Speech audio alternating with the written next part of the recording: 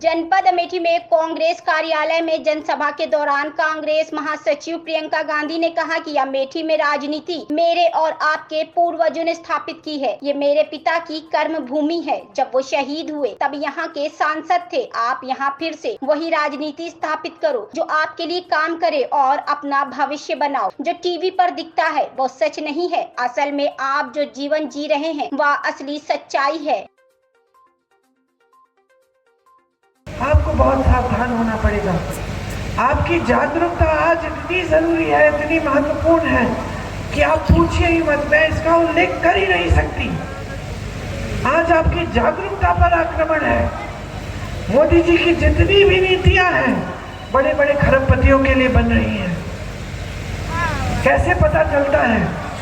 देश का कोयला, देश की बिजली, देश की बड़ी बड़ी सड़कों का ठेका, देश के खदान सारे, देश के बंदरगाह, देश के हवाई अड्डे जो सरकारी होते थे, आपके होते थे, देश की जनता के होते थे, आज किसके हैं?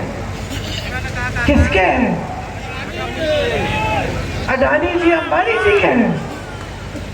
सब इनको सौंप दिया गया है। सारी देश की संपत्ति इनको सौंप दी। देश का किसान लाख रुपए के लिए, 50,000 रुपए के लिए आत्महत्या करता है। गुजारा नहीं हो रहा है उसका। रात को आवारा पशु से पहरेदारी कर रहा है अपने खेतों का, कि दिन में कड़ी धूप में मेहनत कर रहा है, कमाई पूरी नहीं हो रही है। जीएसटी टैक्स डाल दिए हर खेती के सामान पे, कमा नहीं पा रहा है। बहनें महंगाई से जूझ रही हैं। सिलेंडर छोड़िए, आटा, सब्जी, दाल कुछ सस्ता नहीं मिल रहा। कई लोग हमारे कार्यकर्ता हैं। तो मैं एक मूल बात कहना चाहती हूँ कि अमेठी ने इस देश में एक राजनीतिक परंपरा स्थापित की।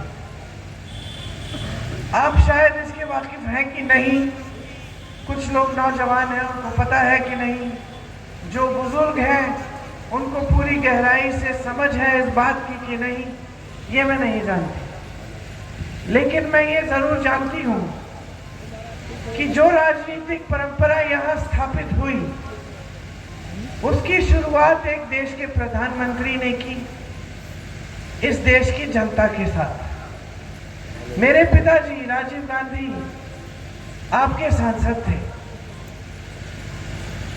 जब आपके सांसद बने 1980-81 में, तब उनके छोटे भाई की आकस्मिक मौत हुई थी। पहले उनके छोटे भाई आपके सांसद होते थे। 3 सालों के लिए आपके साथ घुल मिलकर उन्होंने काम किया।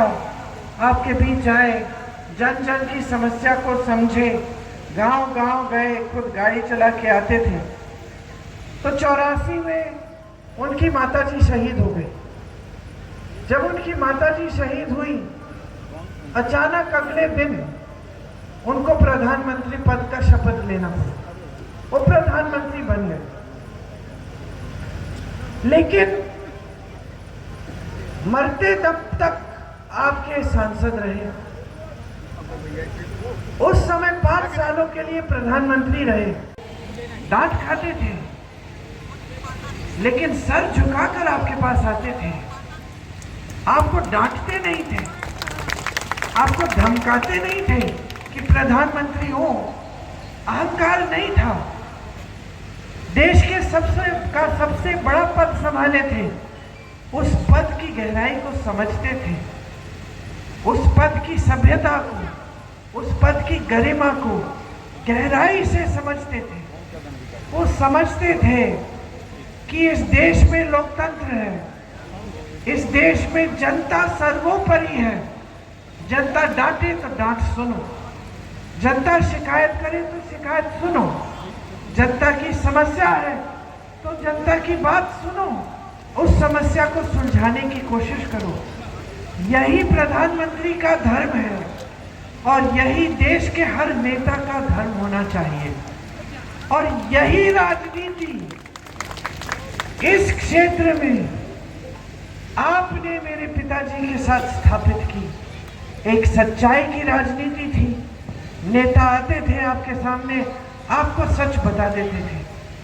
अगर उस खंभे में तार खींचना नहीं था कुछ महीनों के लिए, तो कह देते कि बहन खंभा लग गया है, अब तार खींचने में 6-7 महीने लगेंगे, सब्र कर लो। अगर कोई ऐसा काम था जो आप कह रहे थे कि करना चाहिए और करने की संभावना नहीं थी, तो कह देते कि देखिए ये वाला काम नहीं होगा, लेकिन हम आपके लिए ये वाले काम कर सकते हैं। तो ये जो राजनीतिक रिश्ता, एक प्रेम का रिश्ता, आदर का रिश्ता, श्रद्धा का रिश्ता यहाँ स्थापित हुआ, उसी आधार पर यहाँ तेजी से काम भी हुआ।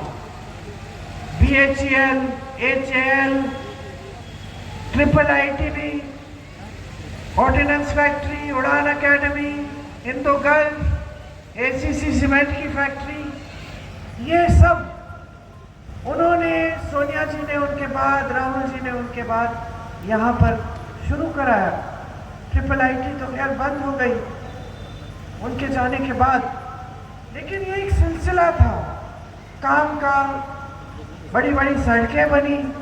आज भी जो सड़कें रायबरेली, अमेठी को लखनऊ और देश भर से जोड़ती हैं, ये सड़कें इन्हीं के कार्यकाल में बना।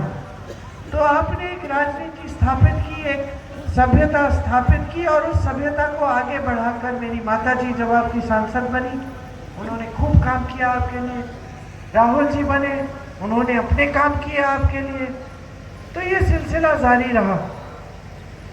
फिर कुछ सालों पहले एक नई राजनीति उभरी पूरे देश में, लेकिन उसका प्रतीक यहाँ भी अमेठी में रहा। वो राजनीति क्या थी? अलग थी एकदम। और शायद क्योंकि हम एक परिवार के हैं, हम उसको ठीक तरह से समझ नहीं पाए, और हो सकता है कि आप भी समझ नहीं पाए। आपकी आदत क्या थी?